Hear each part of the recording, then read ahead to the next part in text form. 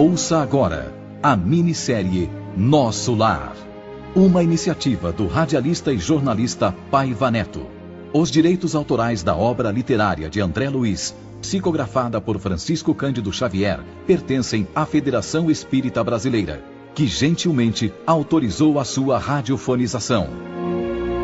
Realização: Rede Boa Vontade de Comunicação. Fundação José de Paiva Neto.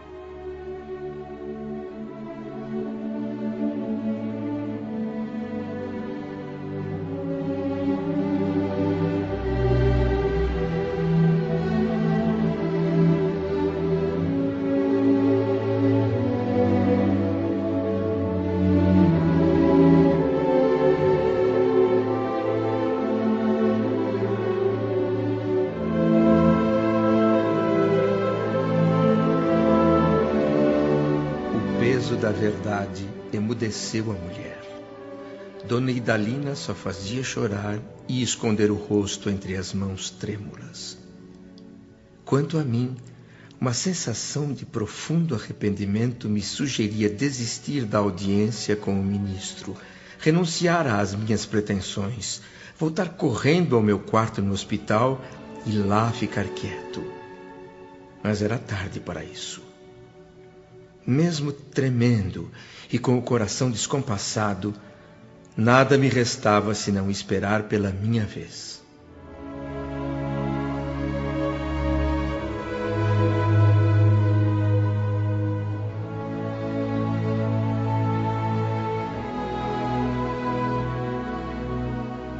Senhora Idalina, não duvido da sua dedicação aos filhos queridos, mas na condição em que se encontra, seria como uma mãe paralítica, incapaz de prestar socorro justo.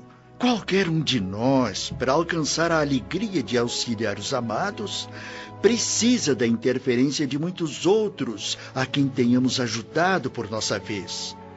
E se minha irmã nada acumulou de seu para dar, só pode contar com a contribuição amorosa dos outros. Mas como receber a colaboração desses outros se a senhora ainda não semeou nem ao menos um pouco de simpatia? Hã? O camponês que cultiva a terra tem a gratidão dos que saboreiam os frutos. O operário que entende o chefe exigente e executa suas determinações é o sustentáculo do lar em que o Senhor o colocou. O servidor que obedece e constrói, conquista superiores e companheiros. Ninguém poderá ser útil aos que ama se não trouxer no coração a nobreza de saber servir. O trabalho e a humildade são as duas margens do caminho do auxílio. Para ajudarmos alguém, precisamos de irmãos que se façam cooperadores, amigos. Mesmo com o coração ferido e diante das mais pesadas dificuldades, cada qual deve saber que o serviço útil pertence, acima de tudo, ao doador universal. Volte agora aos campos de repouso, onde se abrigou ultimamente, e reflita. Voltaremos ao assunto mais tarde, com toda a atenção, senhora Idalina.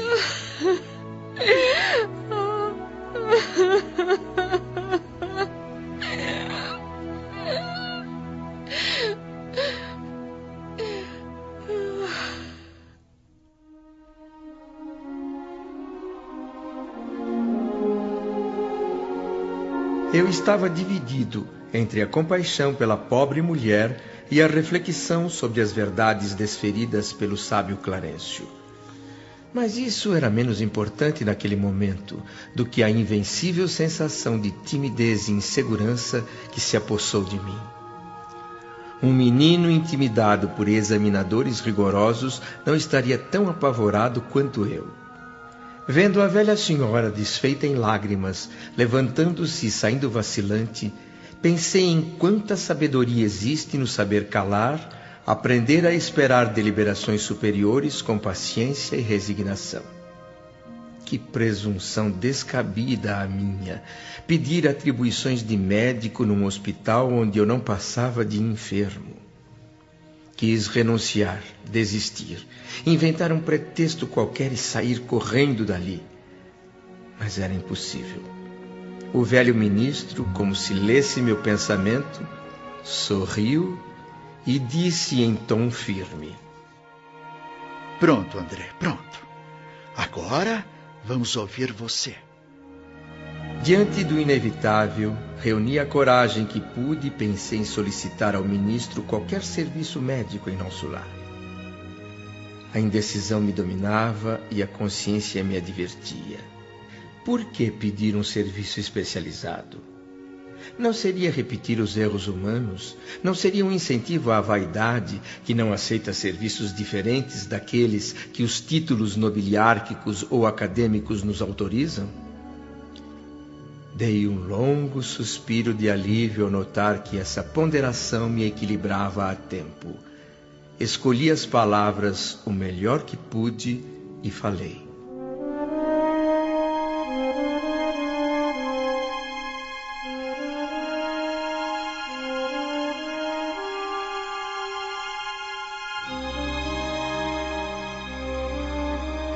Senhor ministro, tomei a liberdade de vir até aqui rogar seus bons ofícios para que me reintegre no trabalho. Ando saudoso das minhas atividades, ainda mais agora que a generosidade de todos aqui em nosso lar me devolveu a saúde, a bênção da harmonia orgânica.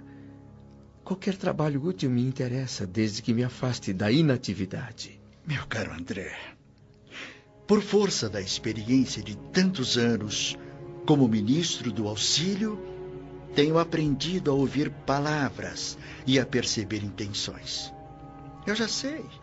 Verbalmente você me pede qualquer gênero de tarefa, mas no fundo sente falta dos seus clientes, do seu gabinete de médico, do ambiente de trabalho com que o Pai Eterno honrou sua personalidade na terra. Não é isso? Para ser franco, sim, ministro Clarencio. E agradeço por sua compreensão. O que acaba de dizer é a pura verdade. Mas convém notar, no entanto, que às vezes o Pai nos honra com a sua confiança e nós desvirtuamos os verdadeiros títulos de serviço. Você foi médico na terra, sempre cercado de todas as facilidades, a começar pelos estudos. É verdade. Nunca soube o preço de um livro, porque seus pais, muito generosos, custeavam todas as suas despesas. Logo depois de graduado, começou a receber honorários compensadores, não teve sequer as dificuldades do médico pobre, e geralmente obrigado a criar e manter laços de amizade para poder clinicar. Você prosperou tão rapidamente, André, que transformou as facilidades conquistadas em carreira para a morte prematura do corpo. Enquanto moço e sadio, cometeu inúmeros abusos, desrespeitando o ambiente de trabalho a que Jesus o conduziu. Reconheço a procedência de suas observações, ministro. Então. E o que venho pedir é justamente um meio de resgatar meus débitos. Eu gostaria de poder consagrar cada minuto de minha vida aqui na colônia aos enfermos do parque hospitalar. Cada tipo de profissão, André, na Terra, é um convite do Pai Eterno para que o homem, através de suas tarefas, possa entrar nos templos divinos do trabalho. Para nós, aqui na espiritualidade, o título é simplesmente uma ficha, enquanto no mundo ele representa o passaporte para todos os disparates. Essa ficha, André, habilita o ser humano a aprender o serviço e a servir ao Senhor em suas atividades no planeta. Excluída a convenção de alguns setores específicos, esse princípio é aplicável a todo tipo de trabalho na Terra. Meu irmão André recebeu uma ficha de médico. Penetrou o templo da medicina, mas sua atuação lá dentro fugiu das normas. Razão por que eu não posso atender aos seus desejos atuais. Como transformar você, de um momento para o outro, em médico de espíritos enfermos, quando se limitou a conhecer somente o corpo físico? Não nego sua capacidade de excelente fisiologista, mas o campo da vida é muito extenso. Imagine, André, um botânico que pretendesse criar definições a partir das cascas secas de algumas árvores. Muitos médicos na Terra tiram conclusões apenas matemáticas, com base na anatomia. Tenho todo o respeito pela matemática, mas ela não é a única ciência do universo. Como você pode reconhecer agora, o médico não deve ficar estacionado só nos diagnósticos e terminologias. É preciso penetrar a alma humana, sondar suas profundezas. Quantos e quantos profissionais da medicina no planeta são prisioneiros das academias porque a vaidade roubou deles a chave do cárcere. Raríssimos conseguem superar os interesses inferiores, vencer os preconceitos comuns. E esses, que são honrosas exceções, recebem as zombarias do mundo e o escárnio dos colegas.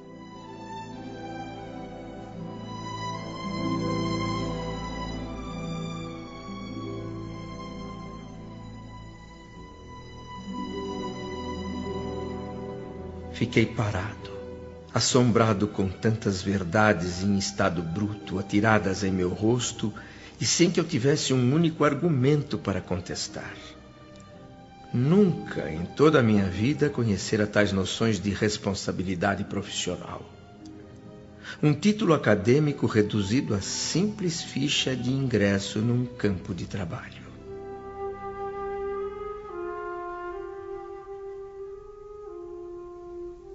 Como vê, meu caro amigo, você não se preparou convenientemente para os nossos serviços aqui. Compreendo a lição, meu generoso benfeitor. Então, E só posso me curvar diante de tantas evidências. Eu quero me submeter a qualquer trabalho, mas a qualquer trabalho mesmo nesta colônia de realização e paz. mas eu não possuo só verdades amargas, André. Afinal, tenho que lhe dar algum estímulo. Você não pode ainda ser médico aqui em nosso lar, mas oportunamente poderá assumir o cargo de aprendiz. Compreendo, ministro Clarencio. Além do mais, minha posição atual não é das melhores. Mas pode-se dizer que é confortadora. Muitas intercessões têm chegado ao Ministério do Auxílio a seu favor. Intercessões a meu favor? Mas só podem ser de minha mãe? De sua mãe e de amigos, André. Assim que você chegou à nossa colônia, o Ministério do Esclarecimento mandou-me suas notas para que eu as examinasse com atenção. E então? Vi nelas muita imprevidência, abusos e reflexões, mas também algumas informações favoráveis. Por exemplo, Sim. nos seus 15 anos de clínica, você deu receitas gratuitamente a mais de 6.000 necessitados. Na maioria das vezes, praticou esses atos de caridade só por fazer. Mas mesmo sendo assim, a prática do bem sempre acaba por espalhar bênçãos em nossos caminhos. De todos esses que você atendeu sem cobrar, pelo menos 15 nunca o esqueceram, André. E tem enviado até aqui comoventes apelos a seu favor. Não diga. Na verdade, mesmo o benefício feito aos indiferentes aparece aqui a seu crédito. Depois de aprender novas lições e de viver muitas experiências úteis, meu amigo André estará pronto para o futuro infinito.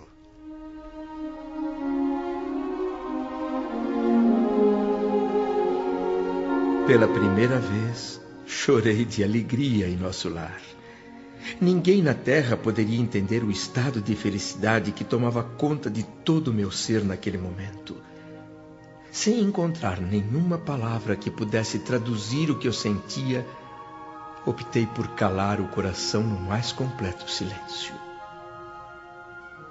Não sei por quantas horas fiquei ali, refletindo. Noutro tempo, me sentiria ofendido se alguém me fizesse observações aparentemente tão ríspidas. Mas, naquelas circunstâncias, lembrava meus erros antigos e sentia uma espécie de conforto. Reconhecia agora que a existência humana, em hipótese alguma, poderia ser vista como uma brincadeira. A encarnação na Terra surgia diante dos meus olhos, evidenciando grandezas até então ignoradas. Entendia perplexo que o corpo físico obrigava o espírito a uma profunda sonolência. Levando em conta as oportunidades perdidas, eu admitia não merecer a hospitalidade de nosso lar. Clarencio tinha dobradas razões para me falar com aquela franqueza. Passei os dias seguintes entregue a esses pensamentos sobre a vida. Sentia no íntimo grande ansiedade de rever o lar terrestre, mas não me atrevia a pedir novas concessões. Todos os meus benfeitores da colônia eram muito generosos. Até adivinhavam meus pensamentos, e se até ali não haviam espontaneamente concedido a realização desse meu desejo, é que por alguma razão não seria oportuno. Assim, permanecia calado, resignado e triste. Numa das vezes em que eu estava nessa fase de recolhimento inexprimível, em que o homem é chamado para dentro de si mesmo pela consciência, meu amigo Lísias entrou em meu apartamento com os olhos brilhantes de felicidade, falando alto, vibrante. André, adivinhe quem chegou à sua procura? Minha mãe! Filho, meu filho, meu querido filho.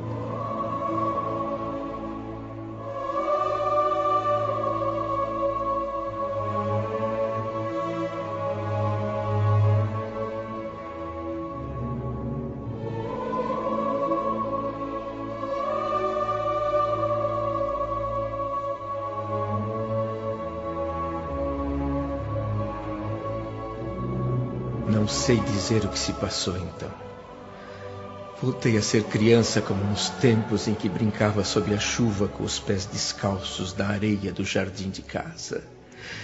Eu chorava e abraçava carinhosamente a minha mãe, beijava e afagava a sua cabeça pequenina e branquinha, misturava minhas lágrimas com as lágrimas dela, olhava todos os detalhes de sua roupa, o vestido escuro, as meias de lã e a mantilha azul que lembravam tanto seus velhos trajes caseiros.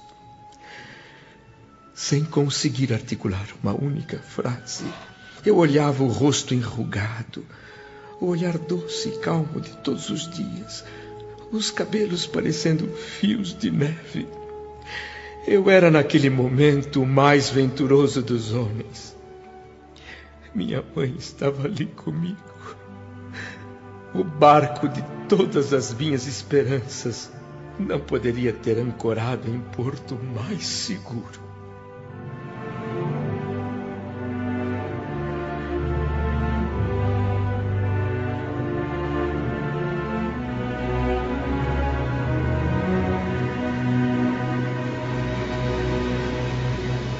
Não fique assim tão emocionado, meu filho.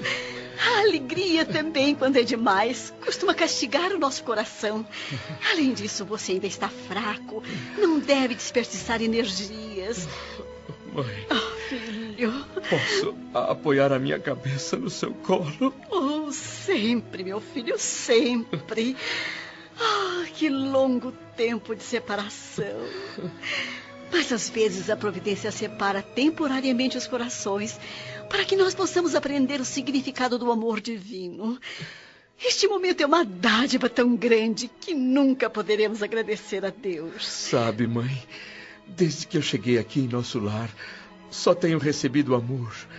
Amor que, na verdade, não mereço. Sei tudo que o ministro Clarencio disse a você, André. Clarencio é um espírito sensível, generoso e de grande sabedoria. Fez com que eu voltasse os olhos para o passado a fim de avaliar os meus erros e compreender o verdadeiro sentido da vida. Não tenho como negar uma só palavra de tudo o que ele disse, mas, por outro lado, como não levar em conta o fato de que, enquanto da terra, vivemos com o espírito embotado, limitado pelos nossos pobres sentidos? Filho. Por que essa ignorância compulsória me impediu a vida inteira de conhecer a realidade que só agora me atiram no rosto? Gozei a vida, é verdade, mas também sofri, e muito.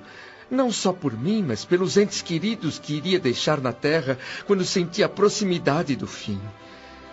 Na fase terminal da doença, as dores eram insuportáveis. De certa forma, eu paguei um preço bem alto pela felicidade vivida antes. Clarencio e Lísias me pedem que renuncie às lamentações. Sim.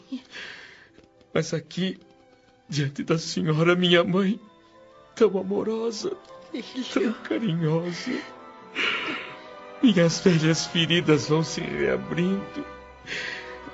E em vez de carregar a senhora nos braços, como tantas vezes eu fiz lá na terra durante essa doença, eu fico aqui chorando angustiado, repetindo os mesmos erros, fazendo de minha mãezinha o repositório das minhas queixas e males sem fim. Filho. Oh, Deus meu! Quando é que os filhos no planeta Terra vão entender que suas mães não são escravas à disposição dos seus caprichos e exigências? Meu filho, não se queixe, não chore. O seu pranto me traz de volta os sentimentos humanos. Minha alma se sente tentada a retroceder. Tenho consciência de que, como mãe terrestre, nem sempre consegui dar a você uma boa orientação. Por isso, agora eu também trabalho muito, meu filho, reajustando meu coração. Como eu queria, neste encontro, dar razão aos seus lamentos, colocar você num trono como o melhor filho do universo. Mas não posso, André. A vida me ensina hoje novas lições. Uma atitude assim de minha parte seria perdoável se estivéssemos em plena terra. Aqui, porém, devemos atender antes de tudo ao Senhor. Não é você o único filho desencarnado a reparar os próprios erros. Nem sou eu a única mãe desencarnada sentindo-se distante dos entes amados. Nossa dor, André, não nos edifica pelos prantos que vertemos ou pelas feridas que sangram em nós, mas pela porta de luz que nos oferece ao Espírito, a fim de sermos mais compreensivos e mais humanos. Filho querido, minha visita não será longa. Melhor aproveitar estes minutos rápidos, falando de amor e de esperança infinita, não de sombras e lamentações. Vamos, mude agora mesmo a sua atitude mental. Sinta-se alegre, disposto a trabalhar incessantemente pela sua própria evolução. Entenda, meu amado menino, este nosso encontro é mais uma preciosa bênção. Um presente da misericórdia divina, André. Antes de tudo, temos de agradecer ao Pai por esta reaproximação. Sim, mãe, sim. Pense que estamos numa escola diferente agora. Sinto grande conforto e sublime felicidade na sua ternura de filho, André. Mãe. E lhe ofereço todo o amor que existe no meu coração. Mas neste meu caminho agora, só posso olhar para frente e seguir adiante. Não há retorno. Não posso retroceder.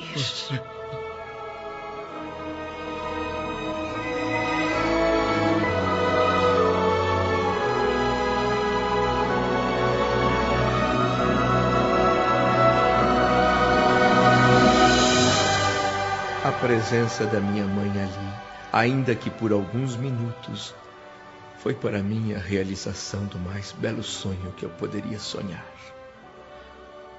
O monstro das imperfeições acumuladas em mim durante séculos, em numerosas vidas materiais, já não era tão assustador. Aquelas palavras benditas me despertaram. Fluidos vigorosos partiam do olhar terno e profundamente amoroso daquela velhinha. O mesmo olhar que muitos anos antes me contemplara no berço. Atingido em cheio, o meu coração experimentou uma felicidade que eu nunca imaginei existir. Ela ficou um tempo em silêncio.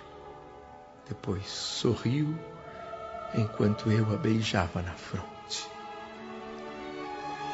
Não me lembro de ter visto minha mãe mais bela em toda a minha vida.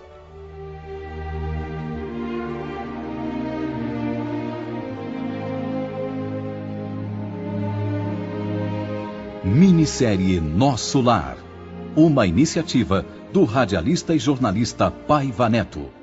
Os direitos autorais da obra literária de André Luiz, psicografada por Francisco Cândido Xavier, pertencem à Federação Espírita Brasileira, que gentilmente autorizou a sua radiofonização. Realização: Rede Boa Vontade de Comunicação. Fundação José de Paiva Neto.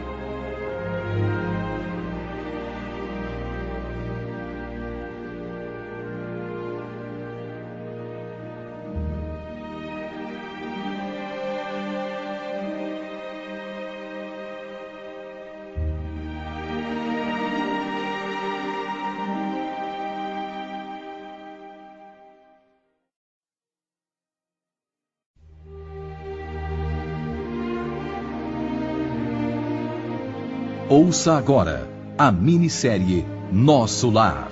Uma iniciativa do radialista e jornalista Paiva Neto. Os direitos autorais da obra literária de André Luiz, psicografada por Francisco Cândido Xavier, pertencem à Federação Espírita Brasileira, que gentilmente autorizou a sua radiofonização.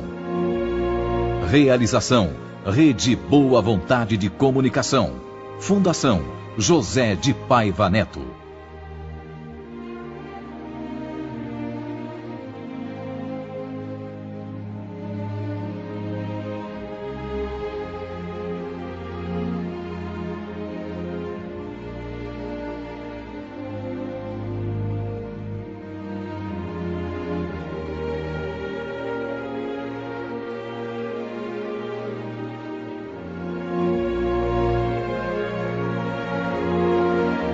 Por mais que eu tentasse, não conseguia conter as lágrimas. Reconhecia que a presença da minha mãe ali era realmente um prêmio que eu não merecia. E não era justo desperdiçar aqueles momentos preciosos com lamúrias e queixas. Mas nada impedia que eu demonstrasse curiosidade.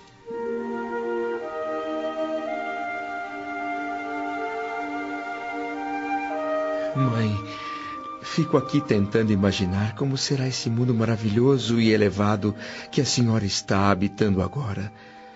Deve ser um lugar sublime, venturoso, de contemplações espirituais ainda maiores que as de nosso lar. Quanto mais elevada a esfera, mais trabalho, mais abnegação, meu filho. Sim? Não pense que sua mãe fica o tempo todo desfrutando de visões angelicais, distante dos deveres. E não há nenhuma tristeza ou queixa no que estou dizendo. Sinta nas minhas palavras o quanto sou feliz pela grande responsabilidade que me foi dada. Desde que voltei da Terra, tenho trabalhado intensamente pela nossa renovação espiritual. Quantas criaturas desencarnando continuam presas ao lar terrestre, sob pretexto de muito amarem os entes queridos deixados para trás. Mas aqui eu aprendi que o verdadeiro amor, para produzir benefícios, precisa trabalhar sempre. Assim, me esforço para conquistar o direito de ajudar aqueles a quem amo. E meu pai, onde está? Por que não veio com a senhora? Ah, teu pai... Há 12 anos, está numa região de trevas compactas, no umbral. No umbral? Mas por quê? O que fez meu pai de tão horrível para receber esse castigo? Você ficou chocado, não é, meu filho? Sim. Eu entendo. Afinal, seu pai sempre nos pareceu fiel às tradições da família. Enfim, um exemplo de caráter. Assim como na vida profissional, meu pai sempre manteve uma excelente reputação. Era um homem honesto, um grande e respeitado comerciante. Mas, no fundo, era um fraco. Mantinha ligações clandestinas fora da nossa casa. 2 das mulheres com quem ele se relacionava estavam mentalmente ligadas a uma vasta rede de entidades maléficas. Não diga. Sim, quando meu pobre Laerte desencarnou, as 2 criaturas infelizes a quem ele fizera muitas promessas já o esperavam ansiosas no umbral. Meu marido foi novamente preso nas teias da ilusão, sofrendo os horrores de uma longa passagem pelas trevas. Meu Deus! Mas meu pai não procurou reagir? Não tentou se livrar dessas criaturas horríveis? A princípio, sim, meu filho. Ele fez um grande esforço para me encontrar, pedir minha ajuda, mas não conseguiu. Seu pai não podia compreender que após a morte do corpo físico, a alma se encontra exatamente como era antes. Ele não podia perceber a minha presença espiritual, nem a assistência de outros amigos nossos. Não podia perceber a sua presença espiritual, minha mãe? Mas como se ele também era um espírito? Ele viveu fingindo durante muitos anos, André. Por causa disso, a visão espiritual de seu pai encontrava-se viciada e o padrão vibratório foi restringido. Não teve outra saída senão ficar ligado às 2 infelizes pela mente e pelo coração. Mas em nenhum momento a influência da nossa família e o amor ao nosso nome alertaram a consciência de meu pai? Ele se encontrava assim tão distanciado dos deveres? Esses pensamentos ocuparam seu espírito durante algum tempo, sim. Meu pobre marido lutava de alguma forma para repelir as tentações, mas afinal caiu novamente enredado nas sombras por absoluta falta de perseverança no que é bom e certo.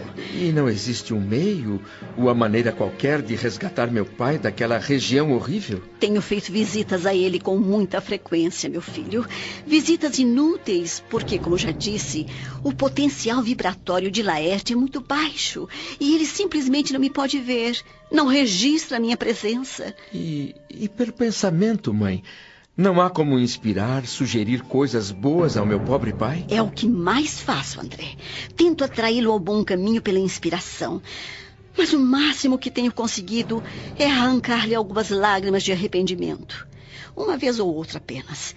Nada além disso. As 2 entidades maléficas têm um poder de sedução muito forte e desviam a mente dele das minhas sugestões.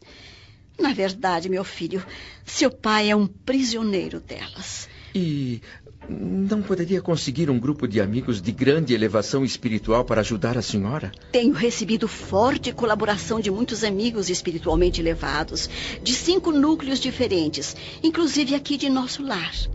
Certa vez, Clarencio quase conseguiu atrair seu pai ao Ministério da Regeneração. Mas no último instante, a tentativa falhou. Por quê, mãe? Porque não se pode acender luz, meu filho, em candeia sem óleo e sem pavio. Sem a cooperação mental de Laerte, não há como levantá-lo e abrir-lhe a visão espiritual. É doloroso, mas seu pai permanece inativo em si mesmo, perdido em algum ponto entre a indiferença e a revolta. Não compreendo o porquê desse castigo. Meu pai sempre me pareceu um religioso praticante. E, por outro lado, também não compreendo o empenho da senhora em ajudar um homem que lhe foi desleal, que se mantém até agora ligado a 2 mulheres odiosas. Não fale assim delas, André. Essas criaturas devem ser vistas como nossas irmãs doentes, ignorantes ou infelizes. Assim como nós, elas também são filhas do Pai Eterno. Minhas intercessões e preces não são apenas em favor do meu marido. Também peço por elas. E hoje estou convencida de haver encontrado recursos para abrigar todos eles no meu coração. Oh, mãe, a senhora sempre foi uma mulher muito generosa, mas tamanha capacidade de renúncia está ainda muito além da minha compreensão. por que se devotar tanto a uma causa que outros já teriam considerado perdida? Aqui nenhuma causa é perdida, meu filho. É só questão de tempo e persistência. A vitória será sempre do bem, do que é certo segundo as leis do Senhor. Talvez você ainda não saiba, mas suas irmãs Clara e Priscila também se encontram em triste situação no umbral, agarradas à crosta da terra. Clara e Priscila? É verdade, André. A recuperação delas também faz parte da minha tarefa. Nesse trabalho, eu tinha antes o auxílio direto da Luísa, aquela sua outra irmã que desencarnou quando você ainda era muito pequeno. Luísa me esperou aqui por muitos anos e foi uma valiosa companheira no serviço de amparo à nossa família terrena. Luísa. Sim. Eu não me lembro dela, mas por que não continua ajudando a senhora? Porque depois de lutar corajosamente a meu lado em favor de seu pai, de você e de suas outras irmãs, Luísa sentiu que a perturbação dos nossos familiares ainda na terra é muito grande. E num gesto de comovente renúncia e heroísmo, partiu para lá, há menos de uma semana, a fim de reencarnar entre eles e assim poder ajudá-los melhor. Nossos familiares ainda na terra? A senhora se refere a Zélia e às crianças? Fique tranquilo, filho. Eu tenho visitado meus netos periodicamente. Vão bem. Não vejo a hora de poder voltar à minha casa, ver minha mulher, meus filhos, ajudá-los no que me for possível. A saudade que eu sinto deles deve ser a mesma que eles sentem de mim. Como devem estar sofrendo, pobrezinhos. Procure não se inquietar com o problema de auxílio à família, André. Primeiro, você deve se restabelecer completamente, fortalecer seu espírito. Algumas questões devemos entregar ao Senhor em pensamento, antes de trabalhar na solução que elas requerem.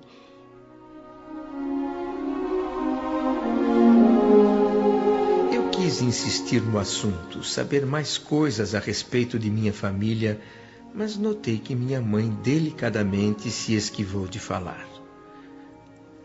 Quando ela se despediu, minha curiosidade era tanta por saber como vivia na esfera mais elevada que pedi para acompanhá-la. Carinhosa, afagou meus cabelos e disse que não podia me levar, porque dali iria direto ao Ministério da Comunicação agradecer ao ministro Célio pela oportunidade da visita que me fez e depois receber nos gabinetes transformatórios recursos fluídicos para a sua jornada de regresso ao plano superior. Nada mais dizendo, deu-me um beijo e partiu. Alguns dias depois da visita de minha mãe, eu fui ao gabinete de Clarencio. O enfermeiro Lísias foi o portador do convite do ministro. Meu caro amigo André, a partir de agora você está autorizado a fazer observações nos diversos setores de nossos serviços, com exceção, claro, dos ministérios superiores. Nosso estimado médico Henrique de Luna deu por terminado seu tratamento na semana passada. É justo que agora aproveite o tempo observando e aprendendo, de acordo? Se estou de acordo, senhor ministro? Sim. Deus sabe o quanto esperei por este momento. Tudo que eu mais queria era poder trabalhar e aprender cada vez mais. E também não precisa permanecer mais no parque hospitalar, André. É verdade.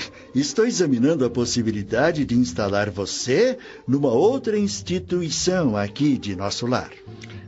Não sei o que poderia dizer para demonstrar a minha gratidão, amigo Clarencio. Senhor ministro, eu ficaria muito feliz se o André fosse morar na minha casa durante esse curso de observações. Eu tenho certeza de que minha mãe irá tratá-lo como a um filho. Muito bem, Lísias, muito bem. Jesus alegra-se conosco sempre que recebemos um amigo no coração. André, guarde com você esta caderneta. Ela é um documento que lhe permitirá ingressar nos ministérios da regeneração, do auxílio, da comunicação e do esclarecimento durante 1 ano. Decorrido esse tempo, vamos ver o que se pode fazer com relação aos seus desejos. E enquanto isso, André, não perca seu tempo. Instrua-se, meu caro.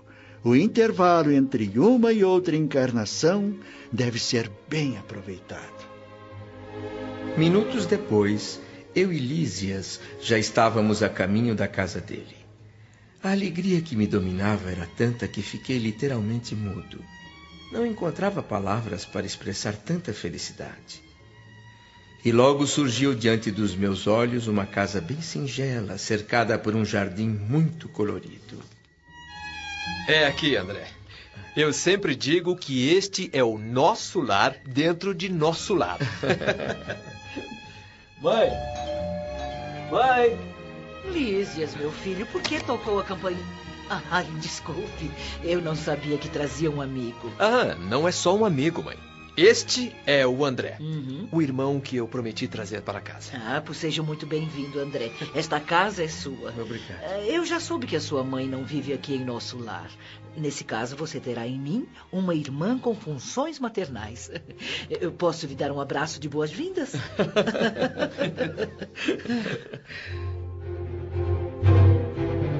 Como agradecer tão generosa hospitalidade? Pensei em algumas frases para dizer, tentar demonstrar minha comoção e reconhecimento, mas a nobre senhora, com muito bom humor, adivinhou meus pensamentos e foi logo adiantando. Aqui é proibido falar em agradecimentos, André. Não faça isso. Eu seria obrigada a lembrar, de repente, aquelas frases convencionais lá da terra. De nada. Ora, não seja por isso. É um verdadeiro prazer recebê-lo em nossa casa. E outras coisas do gênero. Que o senhor traduza meu agradecimento a todos em renovadas bênçãos de alegria e paz. Entramos na casa. O ambiente era simples e acolhedor. Me surpreendi porque os móveis eram quase idênticos aos da terra. Objetos variados em geral, quadros de sublime significação espiritual, um piano relativamente grande e uma harpa talhada em linhas nobres e delicadas. A sala de banho era um ambiente especial, muito interessante, que me deixou maravilhado. Minha curiosidade não tinha limites. E Lísias logo percebeu isso. Ah, já sei a razão do seu espanto, amigo. Esperava encontrar depois do sepulcro os famosos anjos arpistas, não é mesmo? Bom, eu sinto desapontá-lo. Não temos os anjos, mas a harpa aí está, à espera de nós mesmos. Não faça ironia, Lísias. Você pode até nem se lembrar, mas o Ministério da União Divina recebeu muito bem o pessoal da elevação no ano passado, quando estiveram aqui alguns embaixadores da harmonia. Sim, mãe, claro que eu me lembro. Eu só estou querendo dizer que os arpistas existem. Nós é que precisamos criar audição espiritual para ouvi-los. Em outras palavras, é preciso grande esforço para aprender as coisas divinas. Está bem, meu filho. Por esta vez passa. Mas o nosso hóspede não está sendo recebido com a atenção que merece. Fale de você, André. Em que cidade vivia? O que fazia? Como era sua família? Eu vivia no Rio de Janeiro. Depois de falar um pouco a meu respeito, tive curiosidade sobre a família de Dona Laura. A simpática senhora contou que também eram do Rio de Janeiro, só que de uma cidade do interior do estado. A conversa prosseguia animada e eu cada vez mais encantado pela reconfortante intimidade que me ofereciam. Depois de tanto tempo, aquele contato com o lar me fazia um bem extraordinário ao espírito. Fiquei sabendo ainda que na casa viviam duas irmãs de Lísias, Yolanda e Judite, que logo em seguida me foram apresentadas. Yolanda parecia interessar-se muito por literatura, pois não se cansava de me mostrar livros e mais livros, todos maravilhosos, recheados de uma arte fotográfica admirável. Eu estou vendo que você também gosta de livros, André. Aqui em nosso lar temos uma grande vantagem no que se refere à literatura. É que os escritores de má fé, que empregam veneno psicológico nas suas obras, são logo encaminhados para as zonas obscuras do umbral. Não têm nenhuma chance aqui enquanto não se corrigirem. Nem mesmo no Ministério da Regeneração. Mãe, é hora da prece. É verdade. Vem, André, vamos todos nos sentar em torno da mesa.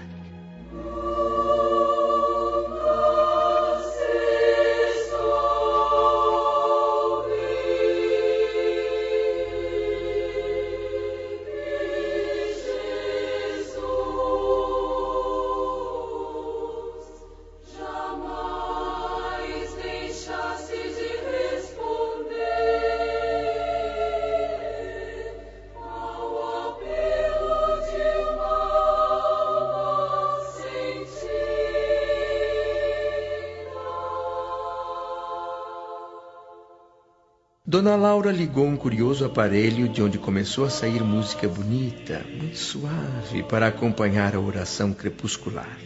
A mesma imagem belíssima da governadoria que todas as tardes eu contemplava no hospital surgiu ao fundo, mostrando o grande coração azul suspenso no espaço.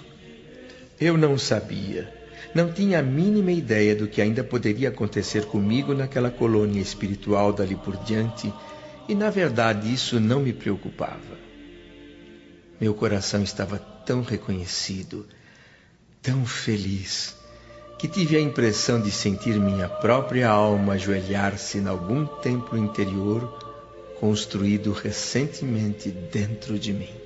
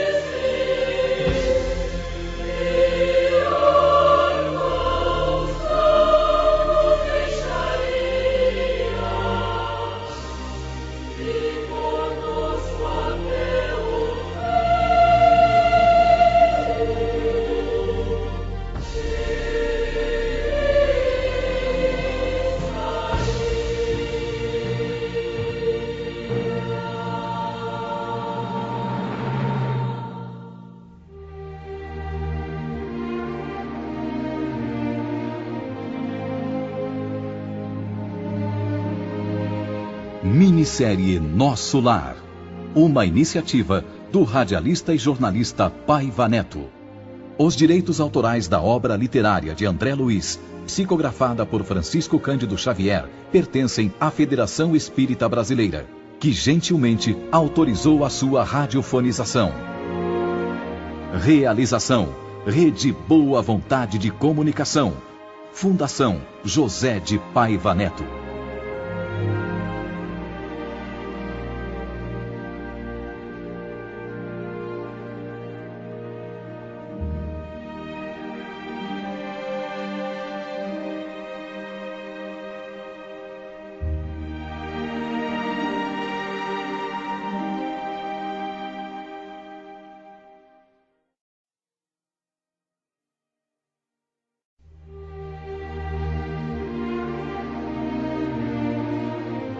Ouça agora a minissérie Nosso Lar. Uma iniciativa do radialista e jornalista Paiva Neto. Os direitos autorais da obra literária de André Luiz, psicografada por Francisco Cândido Xavier, pertencem à Federação Espírita Brasileira, que gentilmente autorizou a sua radiofonização. Realização: Rede Boa Vontade de Comunicação. Fundação José de Paiva Neto.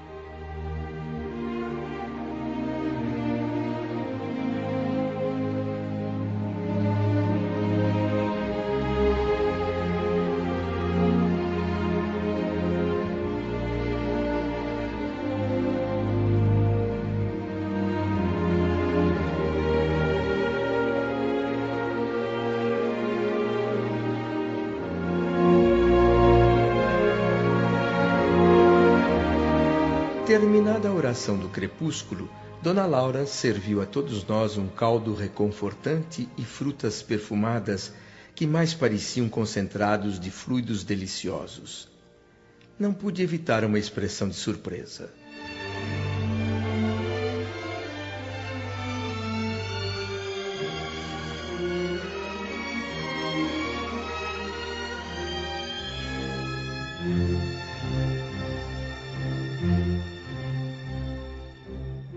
Você notou que nossas refeições aqui são bem mais agradáveis que na Terra, André? Se bem que algumas residências da colônia dispensam quase por completo a alimentação. Como assim, Yolanda? Então nem todos aqui em nosso lar precisam de alimento para viver? Esse assunto é amplo, meu amigo. Na verdade, o que minha irmã quer dizer é que temos muitas variações de hábitos e necessidades alimentares. À medida que vamos evoluindo espiritualmente, buscamos substâncias nutritivas cada vez mais delicadas. Nós que vivemos na área do Ministério do Auxílio, precisamos dos concentrados fluídicos porque nosso trabalho é pesado. Nós despendemos grande quantidade de energia. Temos de renovar nossas forças constantemente. Eu entendo, Judite, mas e quanto ao pessoal dos outros ministérios? Todos os ministérios, inclusive o da União Divina, que é o mais elevado, Sim. utilizam sempre alguma forma de alimentação. A diferença está na substância do alimento. Na comunicação e no esclarecimento, consomem muitas frutas. Na elevação, preferem sucos e concentrados. Na união divina, o tipo de alimentação chega a ser inimaginável até para nós. Porém, o mais importante de todos os alimentos das criaturas, seja aqui, seja na Terra ou em qualquer parte do universo, é o amor. Todo e qualquer sistema de alimentação nas mais variadas esferas da vida tem no amor a base essencial. Mesmo aqui, o alimento físico é simples questão de materialidade transitória.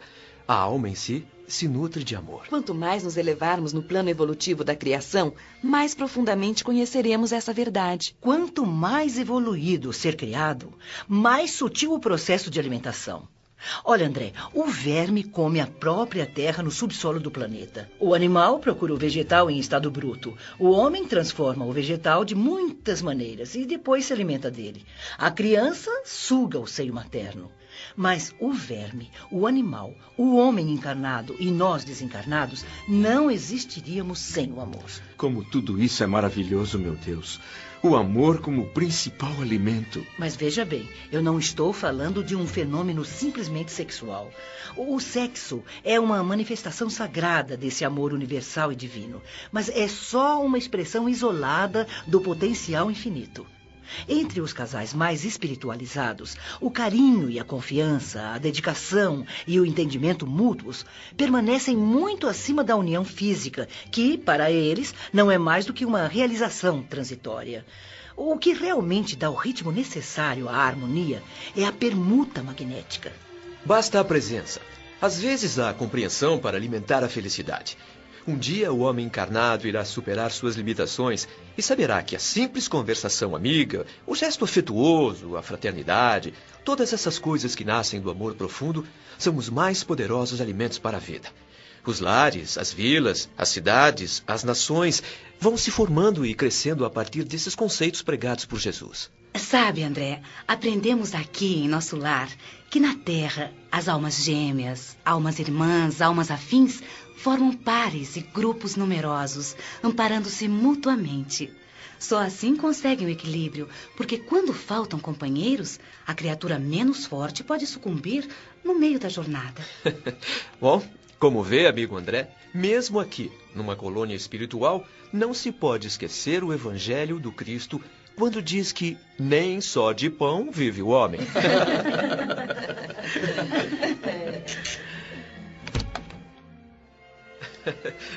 Vamos entrando, André. Eu quero lhe apresentar nossos amigos Estácio e Polidoro, do Ministério do Esclarecimento. É um prazer conhecê-los. Igualmente, André. É um prazer, André. Novos amigos são sempre bem-vindos. Dona Laura, Judite, Yolanda, como estão? Olá. Muito bem, graças ao bom Deus. Quanto a vocês, nem é preciso perguntar, estão com uma ótima aparência. Ora, mãe, não há nenhuma vantagem nisso. Qualquer um fica com ótima aparência quando vai sair para um belo passeio. Tá certo. Vocês trabalharam muito hoje, aproveitaram bem o dia e merecem uma excursão ao campo da música. Lacínia já deve estar esperando por você, Lísias. Não percam tempo. André ainda não pode acompanhá-los nesse passeio, mas não faltará oportunidade no futuro. Não se incomode comigo, Dona Laura. Se quiser acompanhar os jovens no passeio, nossa conversa poderá ficar para outro dia. Não, por algum tempo eu não poderei sair de casa, André. Eu tenho que dar toda a atenção à minha neta convalescente, que acaba de voltar da Terra.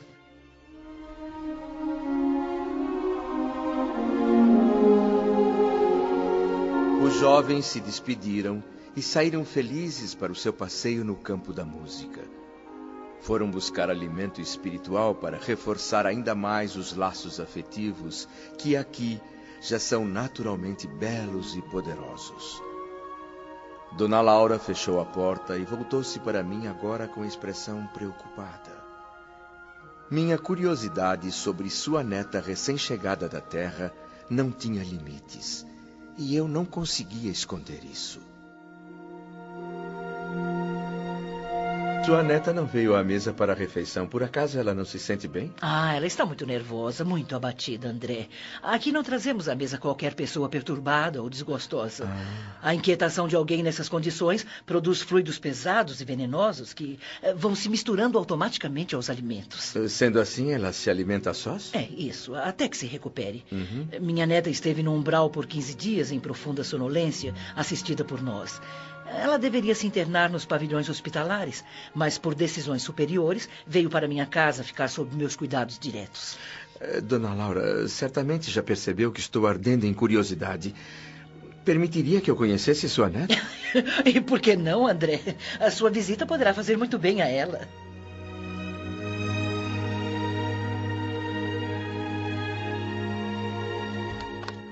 Heloísa, querida, este é André. Um amigo nosso que também voltou da Terra há pouco tempo.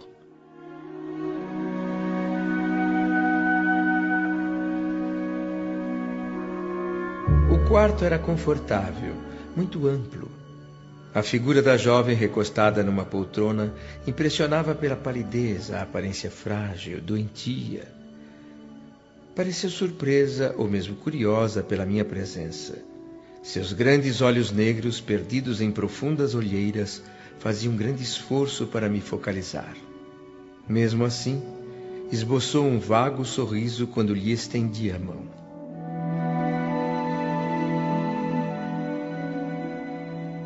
Muito prazer, Heloísa. Desculpe se a estou perturbando. Deve estar cansada. De modo algum. É um prazer conhecê-lo, Sr. André. Não se esforce para falar, querida. É melhor deixar a Heloísa em paz. Eu virei noutra ocasião visitá-la. A tuberculose foi longa e deixou marcas profundas na minha Heloísa. Mas nem por isso ela deve ficar isolada todo o tempo. Uma visita renova sempre a coragem, o otimismo. Calma, minha netinha, calma. Você tem de reagir. Chorar só vem complicar ainda mais as coisas. Desculpe, vovó. Eu não queria lhe dar todo esse trabalho.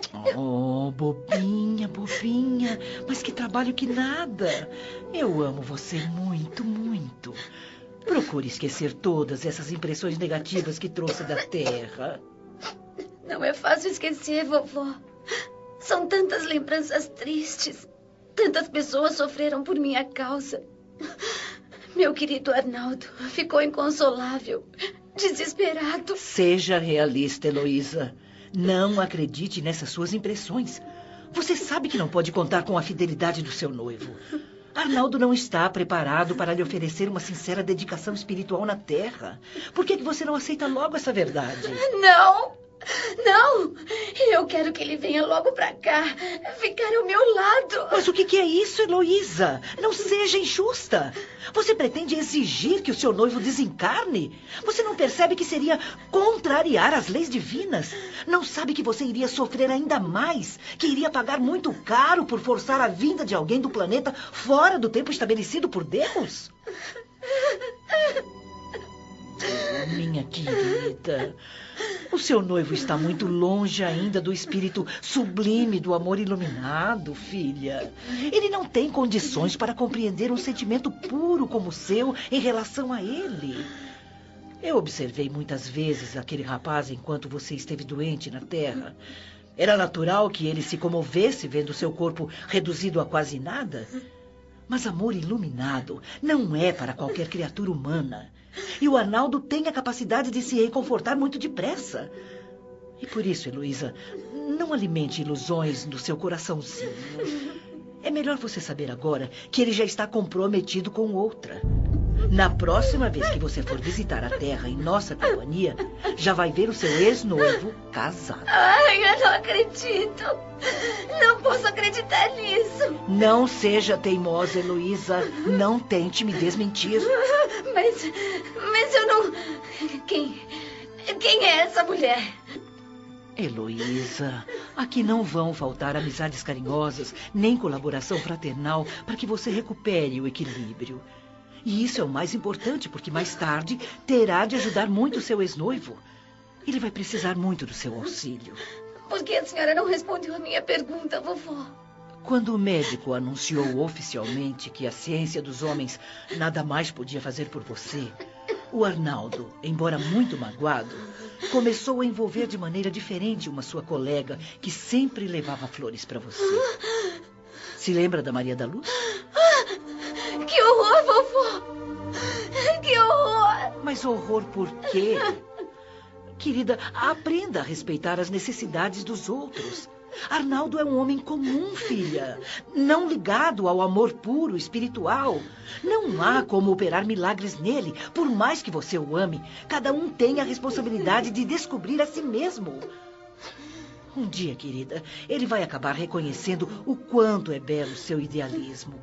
Mas, por enquanto, ele vai ficar entregue às experiências necessárias. Meu Deus! Por que eu tenho que passar por todo esse sofrimento? 8 meses de luta contra a tuberculose. A morte em plena juventude. Querida. A traição do meu noivo, da minha amiga. E ainda a culpa por haver transmitido a doença à minha mãe. Ah, não fale assim, Heloísa.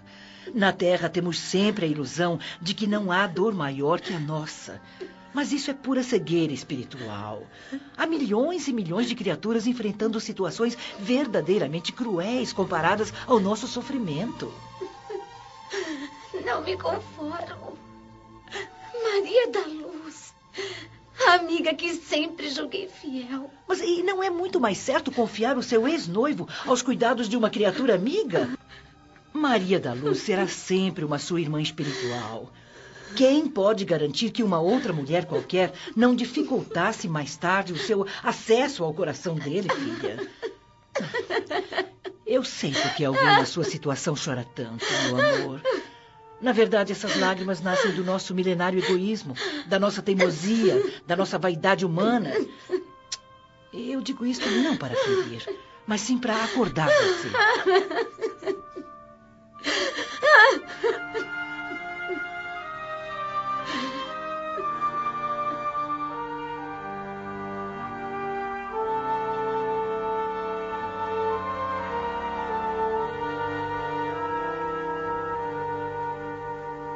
Era tão comovente a cena entre a avó e a neta, que em alguns momentos eu não sabia se devia pedir desculpas por estar ali presenciando um diálogo tão pessoal, tão familiar, e me retirar, ou se de alguma forma devia intervir a fim de ajudar. O fato é que fiquei muito emocionado e tentei, meio timidamente, participar da conversa. Perguntei à jovem enferma de onde vinha. Ela respondeu que era do Rio de Janeiro.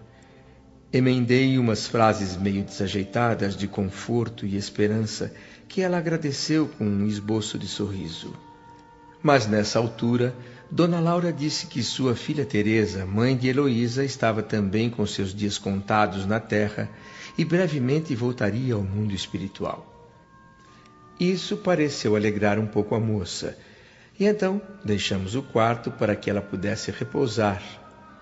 De volta à sala, a bondosa senhora encerrou nossa conversa sobre a neta, acrescentando que a solução justa para o caso dependia de um pouco mais de paciência, que tudo era uma questão de tempo e serenidade. O excessivo amor próprio de Heloísa seria vencido, com certeza.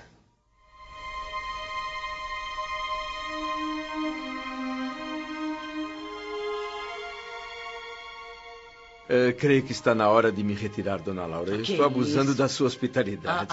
De forma alguma, André. A rapaziada já deve estar de volta. O campo da música não é distante daqui. Tudo me surpreende a cada momento aqui em nosso lar. Tenho tantas perguntas a fazer que eu me sinto até constrangido. Não se sinta constrangido, meu amigo. Resta saber se eu tenho as respostas, né? Uma curiosidade que não me sai do pensamento. A questão da propriedade aqui na colônia, como é resolvida? Esta casa, por exemplo, pertence à senhora? Bem, assim como acontece na Terra, André, a propriedade aqui é relativa. A aquisição é feita em troca de horas de trabalho. Nosso dinheiro chama-se bônus hora. É um cupom que nós podemos obter à custa de esforço e dedicação e que serve para adquirir quaisquer utilidades. Bônus hora? E perdoe a minha indiscrição, mas uma casa como esta vale quantos bônus hora? 30 mil. E cada família espiritual pode adquirir apenas um lar, nunca mais do que um. Mas, como eu disse, a propriedade é relativa. As construções, em geral, representam um patrimônio comum sob controle da governadoria. No seu caso, dona Laura, há quanto tempo está aqui trabalhando para juntar 30 mil bônus hora? Ah, meu amigo, esta nossa casinha foi conquistada pelo trabalho perseverante do meu esposo, que veio aqui para o mundo espiritual muito antes de mim. Desculpe, dona Laura, minha indiscrição foi longe demais. Eu não queria provocar recordações tristes. Mas não há nenhuma tristeza, André. Foi um período em que aprendi muito sobre a vida. O meu marido chamava-se Ricardo e deixou o corpo físico 18 anos antes de mim. Mas, embora separados pelos laços materiais, continuamos sempre unidos pelo espírito. Depois de passar por uma fase de perturbações, ele foi recolhido aqui em nosso lar e logo começou a trabalhar sem descanso. Após muito tempo de esforço e dedicação, ele tinha preparado este pequeno ninho esperando amorosamente a minha chegada. O reencontro com Ricardo me convenceu de uma vez por todas que o céu existia, André, e que era aqui. Os anos seguintes foram de grandes alegrias e muito trabalho conjunto pela nossa evolução, além de cooperar para o progresso de outras almas queridas. Com o passar do tempo, nossos filhos, Lísias, Yolanda e Judite, foram se juntando a nós, aumentando ainda mais a nossa felicidade. Então a senhora foi viúva por 18 anos na Terra? E com muita luta, meu amigo. Moça ainda, os filhos pequenos, eu tive de enfrentar serviços pesados. Eduquei as crianças o melhor que pude, e elas conheceram desde cedo as dificuldades para se ganhar o pão. Mas, felizmente, todos os problemas acabaram por me livrar de muitas e perigosas tentações. Com certeza, por essa razão, eu não passei pelas indecisões e angústias do umbral. Eu aprendi que o suor do rosto no trabalho honesto é o melhor recurso para a elevação e a defesa da alma. A senhora falou de seu marido com tanto amor e respeito. Imagino que ele seja um espírito muito evoluído. Gostaria imensamente de conhecê-lo. Ricardo partiu há 3 anos.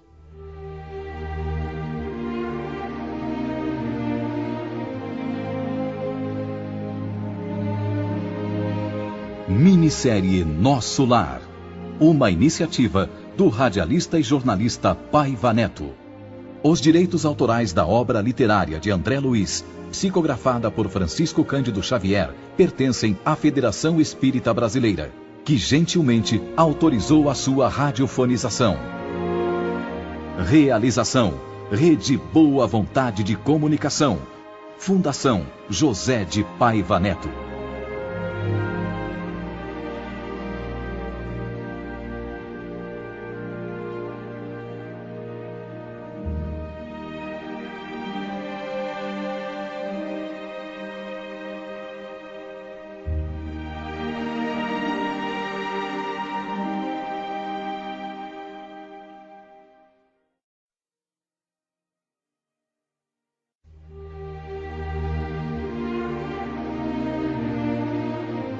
Ouça agora a minissérie Nosso Lar.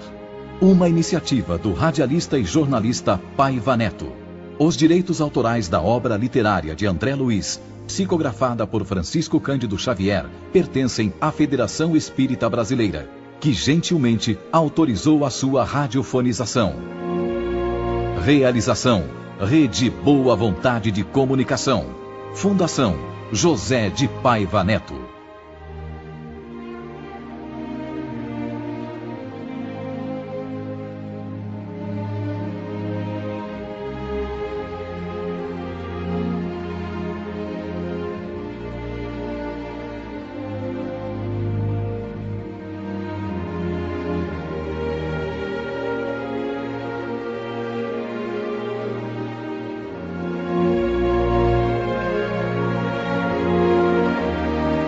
Dona Laura, Confesso que estou meio confuso. Os critérios de vida aqui são bem diferentes daqueles que conheci na Terra. Bem, eu acho que eu não entendi. O seu marido partiu há 3 anos? Não pense que Ricardo simplesmente me abandonou, como tantas vezes acontece com os casais no planeta. É que os compromissos com a vida material nos esperavam. Tínhamos um presente cheio de alegrias, mas o passado cobrava o acerto de contas para que o futuro pudesse ser harmonioso. A Terra, meu querido amigo, não aceita pagamento em bônus hora. Ela exige o suor honrado, que resulta do trabalho duro. E como puderam ter consciência dessa cobrança do passado? Isso me deixa especialmente curioso, dona Laura. Esse passado a que a senhora se refere estaria ligado a encarnações anteriores? Ah, com certeza, André. Como eu e Ricardo tínhamos boa vontade, nossa visão era relativamente clara quanto às dívidas de outros tempos. E entendemos que a lei eterna do ritmo exigia a nossa volta ao planeta. Me perdoe se estou sendo inconveniente, mas é a primeira vez que ouço falar em reencarnações de uma forma assim, tão direta aqui em nosso lar. E se a senhora me permitir, eu gostaria de saber mais a respeito. Pois pergunte à vontade, André. Eu não tenho capacidade para ensinar ninguém, mas pelo menos informar eu acho que posso. É que até agora ainda não pude conhecer mais detidamente o que se relaciona com o meu passado espiritual. E as perguntas são muitas. Não me libertei dos laços físicos. Não atravessei o chamado Rio da Morte. Pois eu gostaria de saber se a senhora recordou o passado logo após a sua vinda ou se esperou por muito tempo. Ah, eu esperei sim, André. Esperei um bom tempo. Quando chega ao mundo espiritual, a pessoa deve se livrar das impressões físicas. Isso é fundamental. As escamas da inferioridade são muito fortes. É preciso ter grande equilíbrio para poder recordar o passado de uma forma construtiva. E, em geral, todos nós cometemos erros pavorosos ao longo da vida eterna. Mas, se é assim, por que não podemos nos lembrar desses acontecimentos logo ao chegar? Isso não apressaria o processo de reabilitação? Não simplificaria tudo? Antes complicaria. Quem lembra o crime que cometeu costuma considerar-se o mais desventurado do universo. Não diga. E quem recorda o crime de que foi vítima julga-se infeliz do mesmo modo. É por isso que só os espíritos muito seguros recebem tais atributos como uma realização espontânea. Aqueles que ainda não têm essa segurança são controlados, você entende? Eles não têm acesso às reminiscências. E, se tentam burlar a lei, acabam desequilibrados ou até mesmo loucos. Mas a senhora recordou o passado de maneira natural? Quando a minha visão interior foi ficando mais clara, André, as lembranças ainda eram muito vagas, mas já me causavam grandes perturbações. Ricardo também passava por uma fase parecida e fomos os dois encaminhados para exames no Ministério do Esclarecimento. Lá, os magnetizadores nos receberam com muito carinho e nos levaram à seção do arquivo, onde todos nós temos anotações particulares. E dali por diante ficamos durante 2 anos, meu marido e eu, lendo as nossas próprias memórias. Mas isso é impressionante, dona Laura. Pois é. Então a senhora e seu esposo pararam com todas as atividades e passaram 2 anos só lendo as suas memórias? Não, de forma alguma, André. Fazíamos isso sem prejuízo das nossas tarefas no Ministério do Auxílio. E puderam então conhecer todo o seu passado, todas as suas encarnações anteriores? Não. Só o que abrangia os últimos 3 séculos. O chefe do serviço de recordações não permitiu que lêssemos a respeito de fases anteriores. Ele declarou que éramos incapazes de suportar as lembranças correspondentes a outras épocas. E bastou a leitura para que relembrassem 300 anos de vidas passadas com todos os detalhes? Não, André. A leitura apenas informa. Houve um longo período de meditação para esclarecimento próprio. Depois vieram surpresas indescritíveis. Ricardo e eu fomos submetidos a operações psíquicas a fim de penetrar os domínios emocionais das recordações.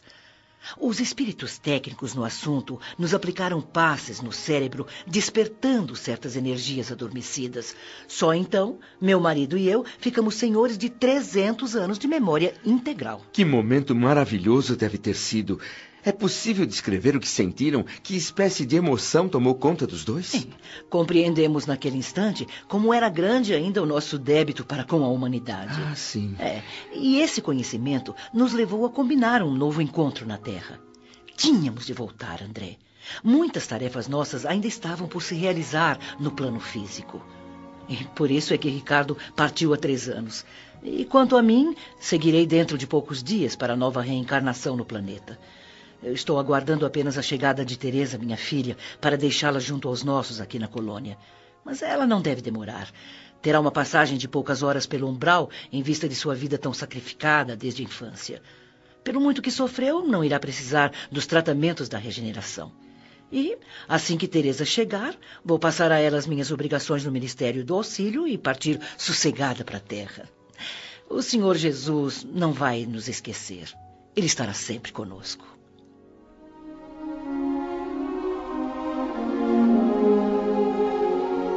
Percebi que Dona Laura desejava encerrar o tema e respeitosamente mudei de assunto. Só que a minha curiosidade não tinha limites. Intimamente eu sabia que na primeira oportunidade retornaria ao assunto reencarnação. Aproveitei a pausa e perguntei à mãe de Lísias se tinha outras atividades na colônia além dos inúmeros deveres domésticos. Mas claro que sim, André. Nosso lar é uma cidade transitória. As finalidades maiores aqui são justamente o trabalho e o aprendizado.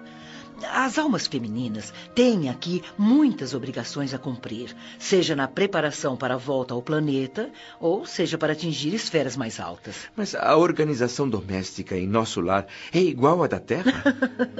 Os lares da Terra é que vêm há muito tempo querendo copiar a nossa organização doméstica.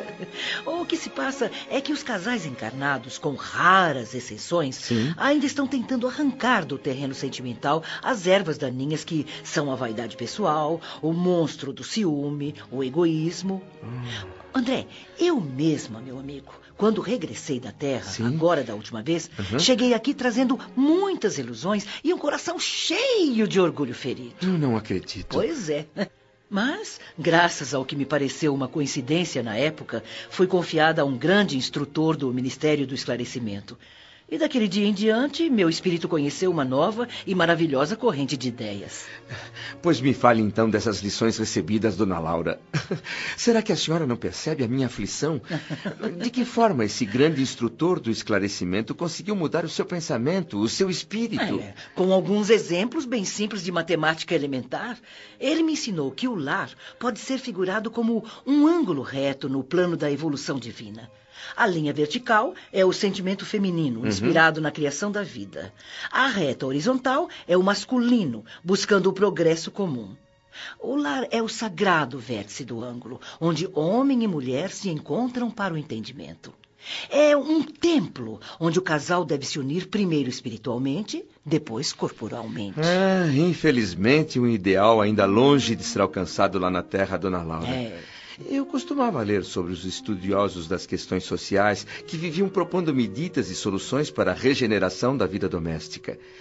Alguns diziam mais dramáticos que a instituição da família humana estava em vias de extinção. O que provavelmente esses estudiosos não sabem, André, é que o lar é uma conquista muito sublime e muito vagarosa. Olha, procure por todo o planeta Terra e veja se encontra uma família completamente harmoniosa, com todos os direitos e deveres legitimamente partilhados. Em sua maioria, os casais terrestres desperdiçam as horas sagradas de cada dia, vivendo a indiferença ou o egoísmo feroz. Se o marido está calmo, a mulher parece desesperada. Se ela humildemente se cala, o homem se enfurece. Nem ela anima o esposo na linha horizontal do progresso no trabalho, nem ele reconhece os sentimentos dela na reta vertical de acesso aos planos superiores da criação. Mantém as aparências em sociedade, mas na vida íntima, cada um se tranca no seu mundo pessoal. Um não ouve o outro. Enquanto o marido fala de seus sucessos ou fracassos profissionais, a mulher pensa na modista. Quando ela comenta alegrias ou tristezas com os filhos, o pensamento do companheiro está no escritório da empresa. E é claro que, sendo assim, não há um ângulo reto, um vértice de encontro das duas linhas. São duas linhas divergentes tentando se juntar para formar o vértice. Pois é. Mas essas definições provocam um mundo de pensamentos novos, Dona Laura. Se a gente tivesse conhecimento de tudo isso lá na Terra. É questão de tempo e de experiência, André. Os casais acabam aprendendo de tanto lutar e sofrer. Até o momento, pouquíssimos homens e mulheres na Terra já descobriram que o lar é uma instituição divina e que se deve viver dentro de suas portas com todo o coração e com toda a alma. E pensar que durante namoro e noivado, o mundo é um imenso jardim colorido, cheio de flores e sorrisos fáceis. Tudo é belo, tudo é poesia, porque os dois se querem. Qualquer assunto trivial fica cheio de encanto. Homem e mulher se integram, se entendem, se amam. Mas geralmente até o momento da bênção nupcial, André. Daí em diante, a maioria atravessa os véus do desejo e cai nos braços dos velhos monstros. Nada mais de concessões um para com o outro. Não há mais tolerância e nem mesmo fraternidade. E a beleza luminosa do amor recebe o golpe de misericórdia quando o casal perde por completo o companheirismo, o simples gosto de conversar, André. Nessa altura, os mais educados se respeitam. Os mais rudes mal se suportam. Não se entendem. Perguntas e respostas viram palavras soltas, curtas e secas. Por força de um apelo puramente físico, às vezes até unem seus corpos. Mas as mentes, André... As mentes estão a léguas de distância uma da outra. Tudo isso é a pura verdade. Pois é. Mas o que é que se pode fazer, André? Na atual fase evolutiva do planeta, são muito raros os casamentos de almas gêmeas, de almas irmãs ou afins, e assustadoramente grande o número de ligações de resgate. A imensa maioria de casais humanos é formada por legítimos prisioneiros, literalmente algemados um ao outro.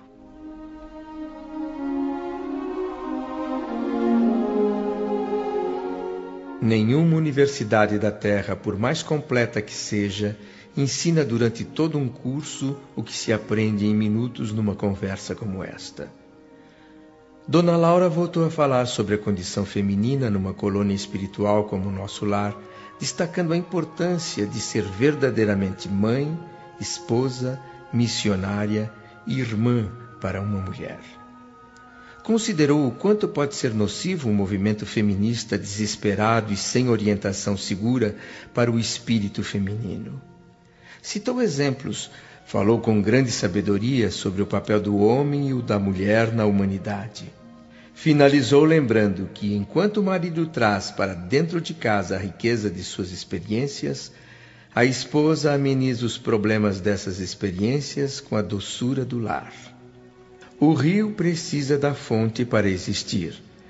A fonte precisa do leito do rio para espalhar suas águas. Os dois se completam.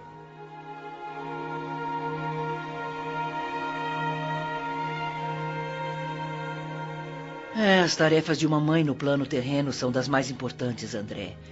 E aqui acontece exatamente o mesmo. Tanto que quando o Ministério do Auxílio me confia crianças para cuidar, minhas horas de serviço são contadas em dobro. Além disso, eu trabalho 48 horas por semana como enfermeira. Com exceção de minha neta convalescente, todos da minha família trabalham 8 horas por dia no interesse coletivo. É uma jornada fácil e eu ficaria envergonhada se não trabalhasse. Eu compreendo, Dona Laura. Mas a senhora falou em horas de serviço contadas em dobro. E quanto à remuneração aqui numa colônia espiritual, como é feita? Em bônus hora, que não é propriamente uma moeda, mas uma ficha de serviço individual, funcionando como valor aquisitivo. Valor aquisitivo? Aqui em nosso lar, André, a produção de vestuário e alimentação básicos pertence a todos em comum. Temos um celeiro fundamental que é propriedade coletiva, entende? A governadoria e os ministérios mantêm centrais e departamentos distribuidores. Todos nós, em geral, cooperamos na manutenção e no crescimento do patrimônio comum, porque vivemos dele. Compreendo. Pois é. Cada habitante de nosso lar recebe provisões de pão e de roupa quanto ao necessário, ao essencial. Os que trabalham, aqueles que se esforçam para obter bônus hora, adquirem direitos justos, conseguem certas prerrogativas na comunidade social. O espírito que ainda não trabalha pode receber abrigo e vestuário simples, enquanto os cooperadores podem ter casa própria e escolher suas roupas. O inativo pode ficar nos campos de repouso ou nos parques de tratamento por intercessão de amigos. Os colaboradores ganham bônus hora e podem ter a companhia de pessoas queridas no entretenimento ou nas aulas de orientadores sábios, nos ministérios em geral. Isso é para que se possa conhecer o preço de cada nota de melhoria e elevação, André. Quem tiver disposição e boa vontade pode trabalhar além das 8 horas normais, com a permissão, é claro, da governadoria. Muita gente consegue receber 72 bônus hora por semana, ou até mais, em troca de serviços sacrificiais com remuneração duplicada ou mesmo triplicada. Esse é o padrão geral de pagamento a todos nós aqui em nosso lar. Mas como conciliar essa única forma de remuneração com a natureza do serviço prestado? O administrador ganha 8 bônus hora pela atividade normal do dia, e o operário do transporte recebe o mesmo? O trabalho do primeiro não é mais elevado do que o do segundo? Bem, tudo é relativo, André. Seja administrador ou operário, se o serviço requer sacrifício pessoal, o pagamento será justamente multiplicado. Sim, porque a natureza do serviço, André, é um problema importante. Mas, se você está se baseando nos critérios da Terra, veja que lá a solução é ainda mais difícil. A maioria dos homens ainda está aprendendo a trabalhar, ensaiando o espírito de serviço nos diversos setores da vida humana. Por isso mesmo é necessário fixar com mais atenção as remunerações no planeta. Todo o lucro externo no mundo é ganho transitório, André. Uns trabalham alucinadamente para ganhar e, em seguida, dissipar fortunas. Outros acumulam nos bancos rios de dinheiro que só trazem martírios pessoais e ruína às famílias. 70% dos administradores no planeta Terra não têm a menor consciência do dever moral, da responsabilidade de seus cargos. Mesma porcentagem com relação aos subordinados, que vivem confessando falta de vocação para o que fazem, mas recebendo salários pelas funções. Governos e empresas pagam a médicos interessados na exploração de atividades muitas vezes estranhas à profissão. E também a operários que literalmente matam o tempo. Quantos economistas nunca prezaram integralmente as próprias obrigações, valendo-se de leis magnânimas, exigindo abonos, facilidades, aposentadorias? E, André, onde é que fica, em todos esses exemplos, a natureza do serviço? A mim parece distante ainda o tempo em que as instituições da Terra terão meios e critérios honestos para determinar a qualidade de serviço dos homens.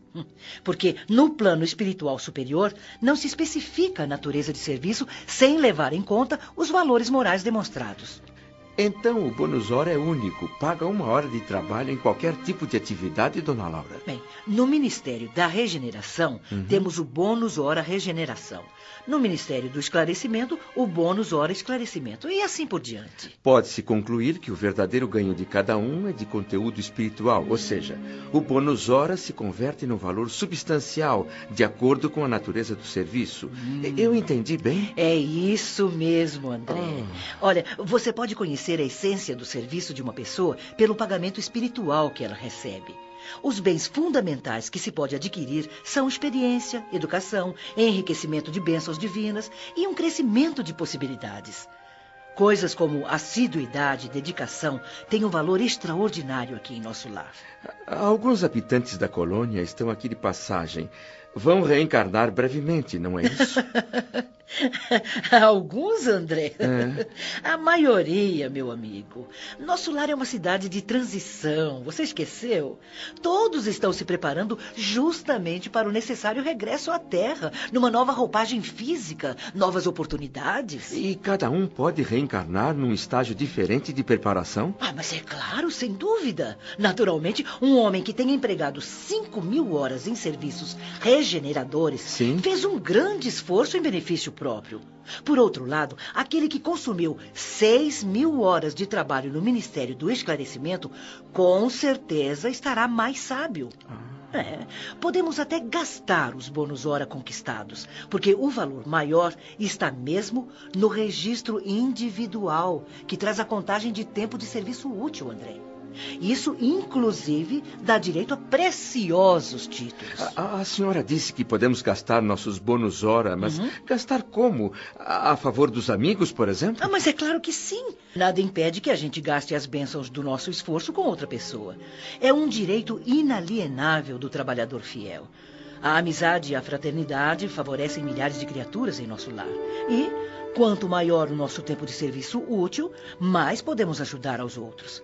Mas é importante compreender, André, que nada existe sem um preço e que para receber é indispensável dar alguma coisa. Pedir é uma atitude muito significativa na existência de cada um. Só portadores de títulos adequados é que podem rogar providências e dispensar obséquios. Você entendeu, André?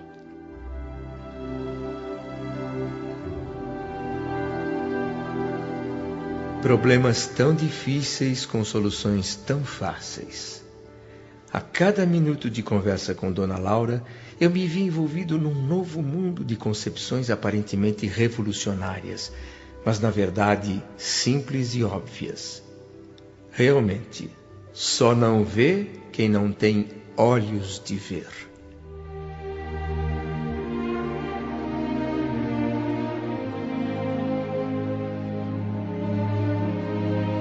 Minissérie Nosso Lar.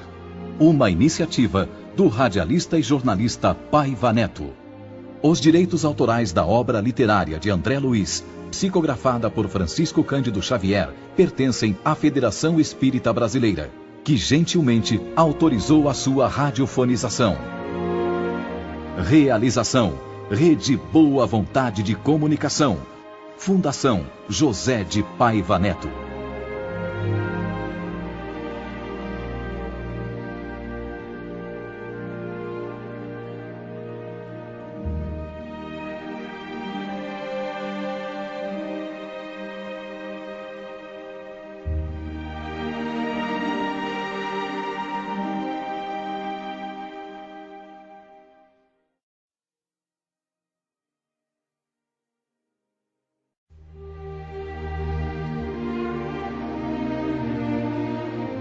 Ouça agora a minissérie Nosso Lar.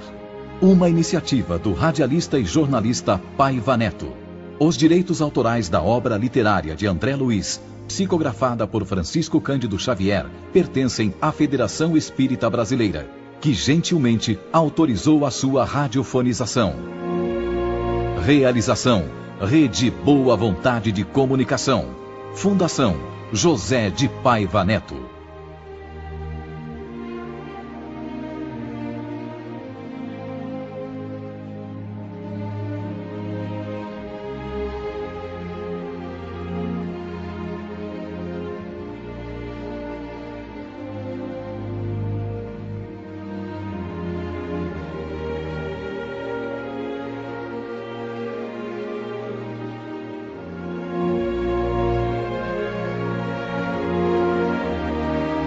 Quanto mais eu encontrava pontos de aparente semelhança entre as coisas da terra e as de nosso lar, mais crescia a minha curiosidade.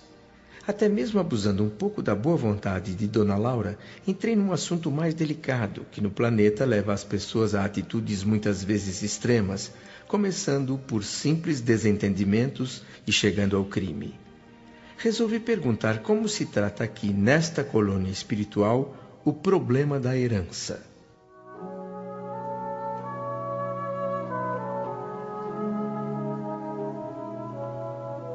Questões de herança? Praticamente não temos complicações, André. No meu caso, por exemplo, toda a minha economia pessoal chega a 3.000 bônus hora auxílio. Devo reencarnar na Terra em pouquíssimo tempo. E não posso legar esses bônus à minha filha, que está para chegar aqui, porque com a minha partida, esses valores serão revertidos ao patrimônio comum da colônia. Minha família permanecerá apenas com o direito de herdar a moradia. Mas todo o esforço que a senhora fez para juntar 3.000 bônus hora não irá beneficiar em nada mais a sua filha, a não ser o direito de viver nesta casa? Minha ficha de serviço também me autoriza a interceder, a preparar trabalho e obter colaboração para ela em sua estada aqui em nosso lar. E, além disso, eu tenho assegurado o valioso auxílio de todas as organizações da colônia durante a minha permanência como encarnada no planeta. Eu não estou agora computando o lucro maravilhoso que foi a experiência adquirida nos anos em que trabalhei no Ministério do Auxílio, não. Eu estou, sim, na expectativa de regressar à Terra, investida de valores mais altos e levando qualidades mais nobres de preparação para o êxito que desejo. É impressionante a simplicidade do processo. Ganhar, aproveitar, cooperar e servir. Pois É a fórmula da felicidade. Mas que espécie de cegueira impede o homem encarnado de ver o óbvio, meu Deus? Então, André, ainda não foi descansar? Estava aqui fortalecendo meu coração com os ensinamentos de Dona Laura. Pois faça uma pequena pausa e venha até o jardim. Garanto que nunca vi um luar como o desta noite.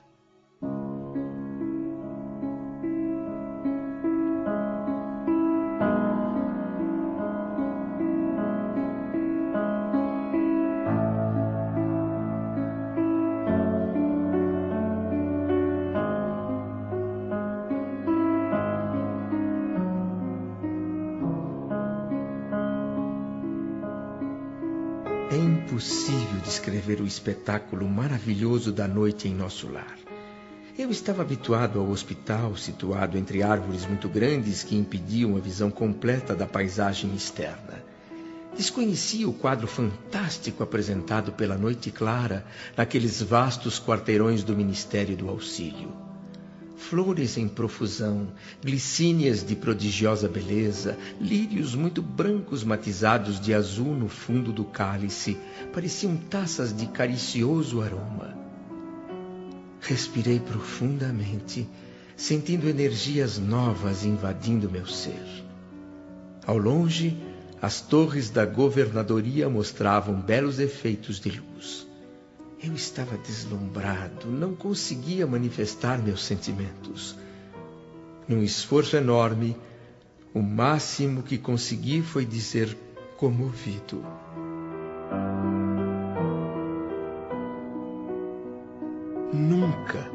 Nunca presenciei tamanha paz. Que noite! Que noite! Todos os habitantes equilibrados da colônia têm um compromisso, André.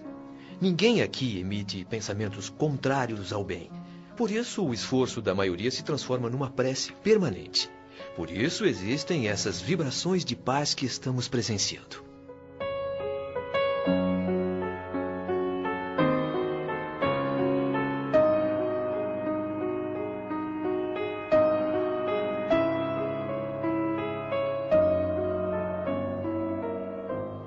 Não sei por quanto tempo fiquei enlevado na contemplação daquele quadro magnífico. Era como se eu estivesse bebendo a luz e a calma da noite. Então, meu amigo Lísias, respeitosamente, me convidou a voltar para a sala da casa e lá nos aproximamos de um aparelho muito parecido com o rádio utilizado na Terra. Minha curiosidade agora tinha perdido todos os limites. O que iríamos ouvir? Mensagens do planeta? Adivinhando meus pensamentos, Lísias respondeu: Não, meu amigo, não ouviremos vozes do planeta. Aqui nossas transmissões têm base em forças vibratórias mais sutis que as da Terra. Mas não há nenhum recurso para captar transmissões da Terra? Sem dúvida. Temos condições de receber emissões de sinal da Terra em qualquer de nossos ministérios.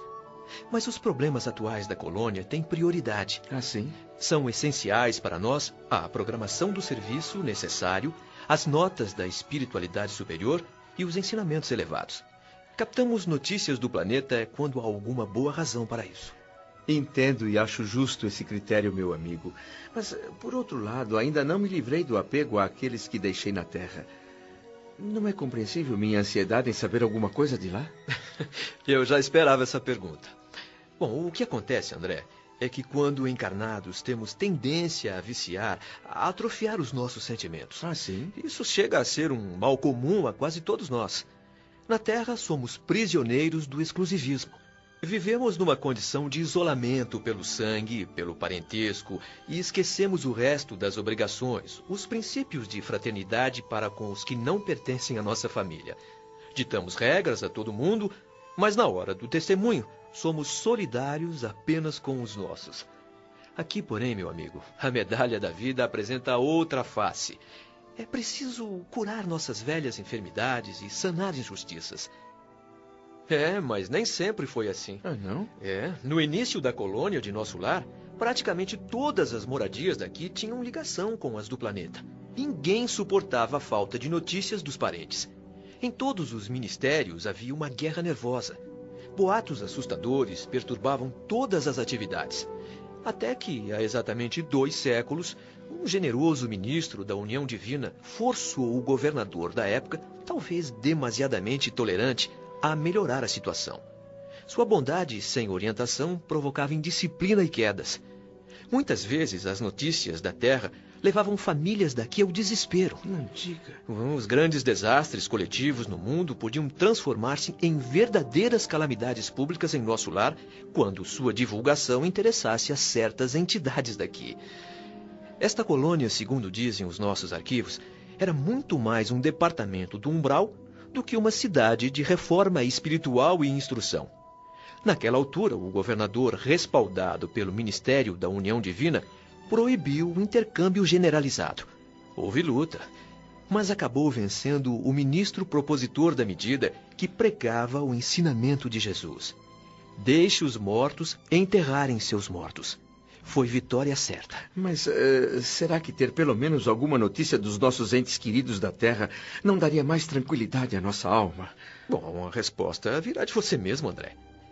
Acha que está preparado, por exemplo, para manter a serenidade, esperando com fé e agindo conforme os preceitos divinos, sabendo que um filho seu possa estar sendo caluniado ou então caluniando? E se recebesse a notícia de que um seu irmão foi hoje preso como criminoso? Teria forças para se conservar absolutamente calmo e tranquilo? Bem, eu acho... Não devemos buscar notícias dos planos inferiores, a não ser para levar auxílio.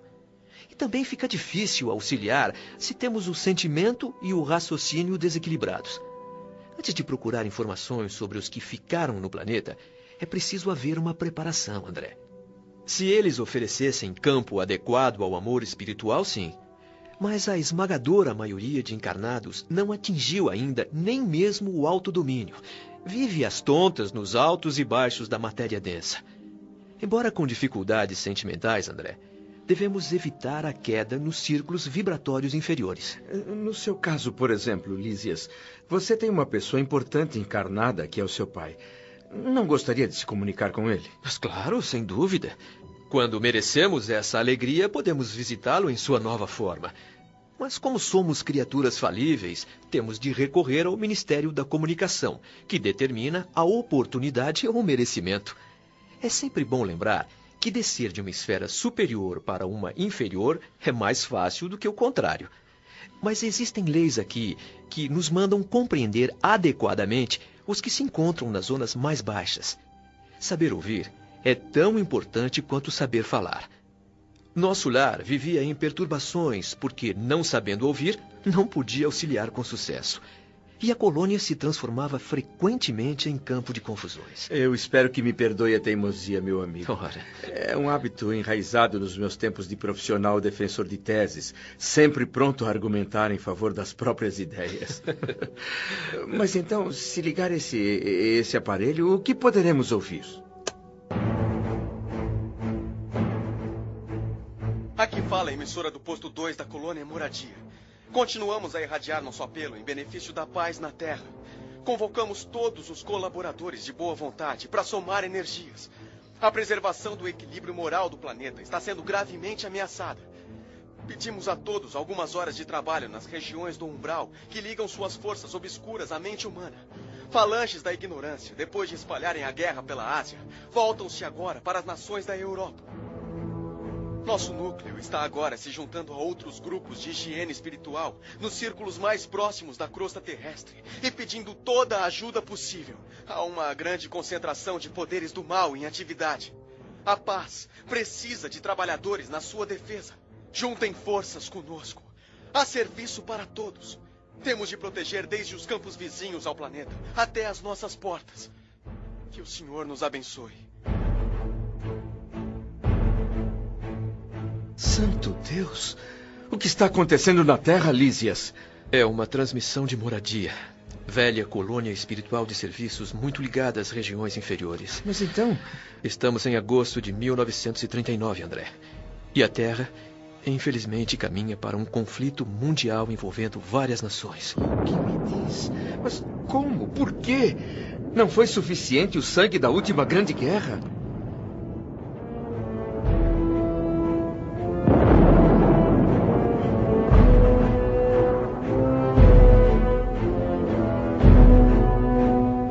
Lísias nada respondeu. Apenas sorriu, fixando em mim os olhos brilhantes e profundos, como que lastimando em silêncio a gravidade da hora humana. Pela primeira vez o enfermeiro amigo não me deu resposta. Fiquei ao mesmo tempo constrangido e assombrado pela imensidade de serviços espirituais nessa nova vida.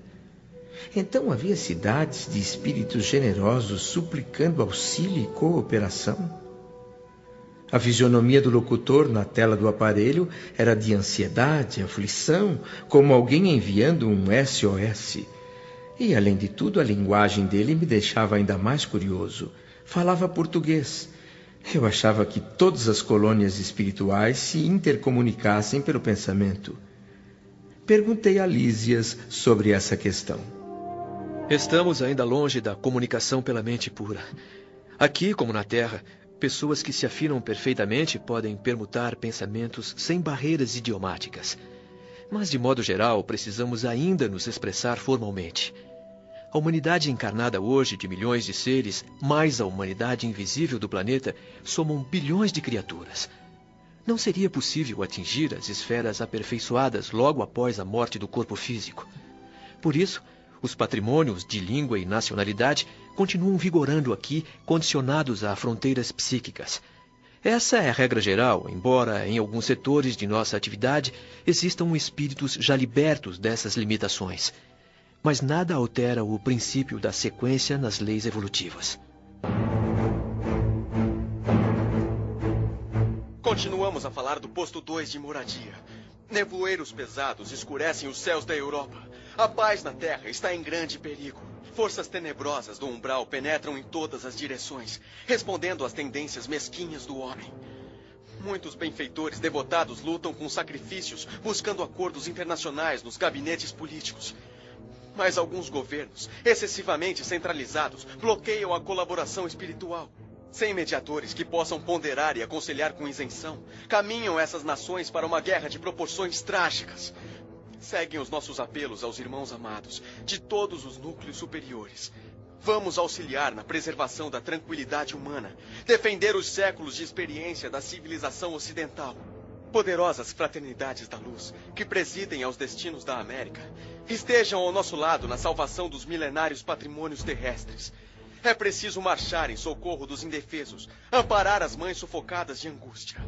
Somos nós a parte invisível da humanidade da Terra, e muitos de nós vamos renascer lá, para resgatar antigos débitos. Rios de sangue e de lágrimas vão correr nos campos europeus. Contra o assédio das trevas, vamos acender a luz. Contra o ataque do mal, vamos opor a resistência do bem. Que o Senhor nos abençoe.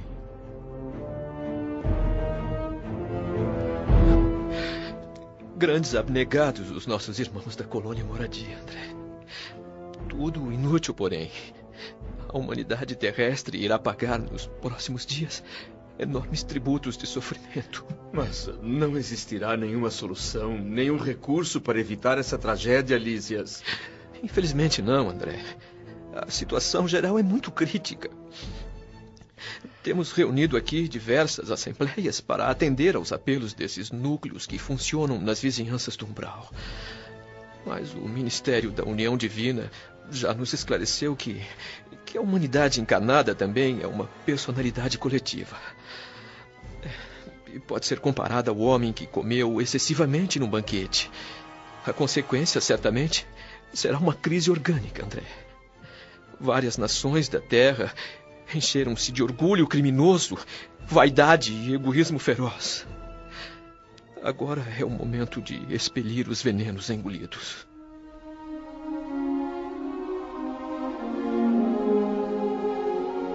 No dia seguinte, bem cedo, já estávamos eu e a família de Lísias sentados à mesa para uma leve e deliciosa refeição.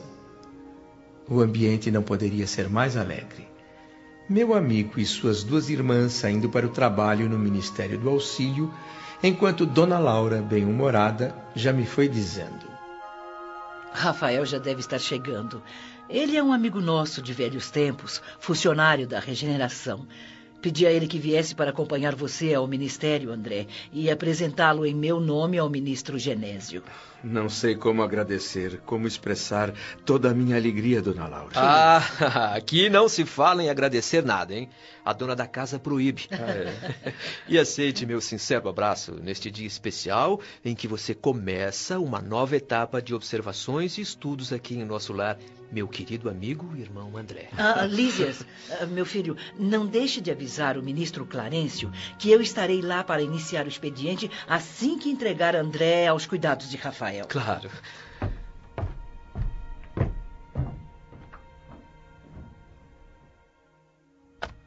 Lísias tem sido um verdadeiro irmão para mim desde que cheguei a nosso lar. Pois saiba que não ficarei nem um pouco triste se você me considerar como sua mãezinha, já que a sua verdadeira não reside em nossa colônia. Isso me faz muito feliz, Dona Laura. E ninguém pode substituir a sua mãe, André. Foi só uma forma de expressar o carinho que eu tenho por você. Obrigado. E se me permite, eu quero fazer algumas indicações para os seus novos caminhos aqui em nosso lar. Mas claro que sim. Há algum tempo eu solicitei ao ministro Clarencio uma atividade qualquer. Eu quero trabalhar. Eu estou informada. Você não foi prontamente atendido, mas depois obteve a necessária autorização para visitar os ministérios que mais fortemente nos ligam à terra. Não é isso mesmo? Exatamente, Dona Laura. O ministro Clarencio foi muito generoso. Bem, com o direito que a experiência me confere, eu gostaria de lhe fazer algumas sugestões humildes. Pois não? Não use, meu amigo, essa autorização apenas para satisfazer sua curiosidade. Sim. Eu sei muito bem que, como médico estudioso e pesquisador apaixonado por novidades e enigmas, o seu lado intelectual é muito forte. E corre um sério risco de imitar a mariposa, voando de lâmpada em lâmpada. Cuidado, então, para não deslizar nessa nova posição. Pense em obter valores muito mais preciosos e dignos que a simples análise das coisas. A curiosidade, André, mesmo sadia, pode ser interessante, mas também é perigosa às vezes. Se o curioso for um espírito corajoso e leal, poderá ter bons resultados. E, se for indeciso e inexperiente, poderá conhecer dores amargas e sem nenhum proveito para ninguém. Você, André, foi autorizado por Clarencio a ingressar nos ministérios, começando pela Regeneração. Então, meu filho, não se limite somente a observar. Medite no trabalho. Mergulhe fundo na primeira oportunidade que se oferecer. Seja objetivo nas tarefas da Regeneração, sem se preocupar, por enquanto, com os serviços mais atraentes e aparentemente mais confortáveis em outros ministérios. Na Regeneração, André, se realizam as lutas pesadas, sabe? Ali está localizada a região mais baixa de nossa colônia espiritual. Por isso, meu filho, construa o seu círculo de simpatias. Sim. Se quiser investigar, André, faça isso depois do expediente. Mas, sem ter um forte motivo, pesquisar atividades alheias pode ser um criminoso atrevimento. Não esqueça. Muitos fracassos na Terra nascem de situações assim. Quase todos, André, querem observar, mas poucos querem trabalhar. Quando você for encarregado de algum trabalho pesado e humilde na Regeneração, não se considere humilhado. Procure se lembrar de que em todos os níveis, desde o planeta até os planos superiores mais elevados, o maior de todos os trabalhadores é o próprio Cristo. Ele não rejeitou o serrote bruto de uma carpintaria. Meu filho, use com bom senso essa autorização. Transforme em tarefa útil as suas observações. Evite pedir aos administradores alguma atividade que já esteja reservada com justiça àqueles que há muito vêm lutando e sofrendo na especialização. Aceite o que lhe for oferecido, André. Mostre que é realmente um espírito de boa vontade, que ama o trabalho pelo simples prazer de servir. Saber recomeçar, André, é uma ciência difícil. Raríssimos seres humanos poderiam servir como exemplo. Olha, Paulo de Tarso é um deles. Doutor do Sinédrio, esperança de uma raça pela cultura e pela mocidade, alvo das atenções em Jerusalém, abandona tudo e volta um dia ao deserto para recomeçar a experiência humana como tecelão rústico e pobre.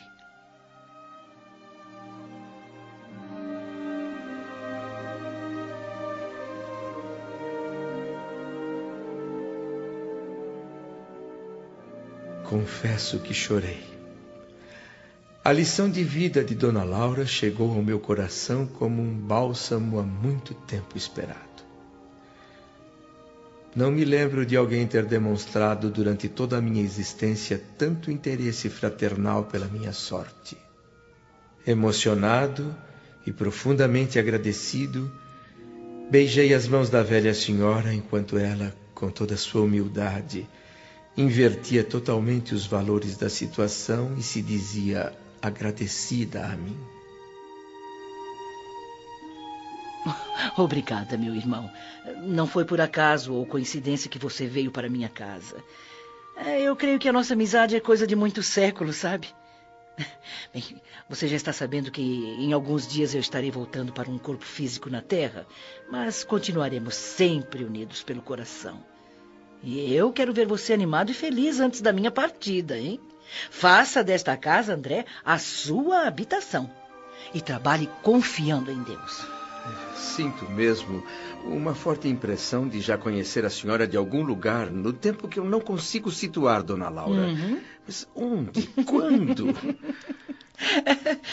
Um dia ficaremos sabendo, André. Assim espero. Tenha paciência. É o Rafael que vem buscar você. Vá e mantenha sempre uma mente superior, voltada para Jesus, não esqueça. Trabalhe a serviço dos outros para que possa encontrar o seu próprio bem.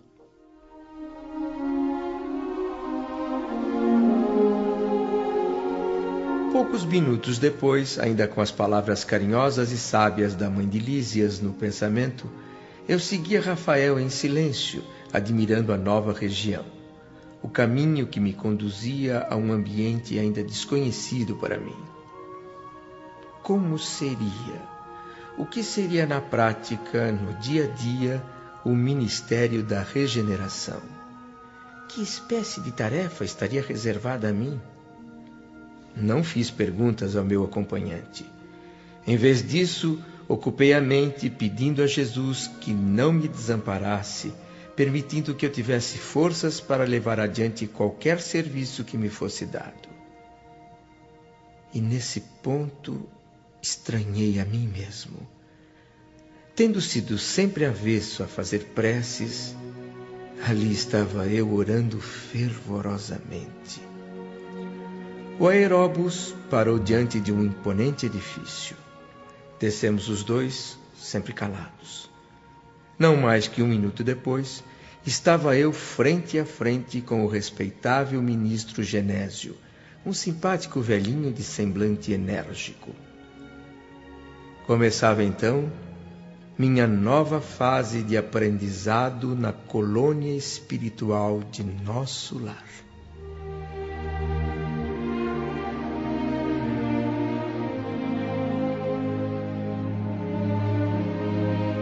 Minissérie Nosso Lar. Uma iniciativa do radialista e jornalista Paiva Neto.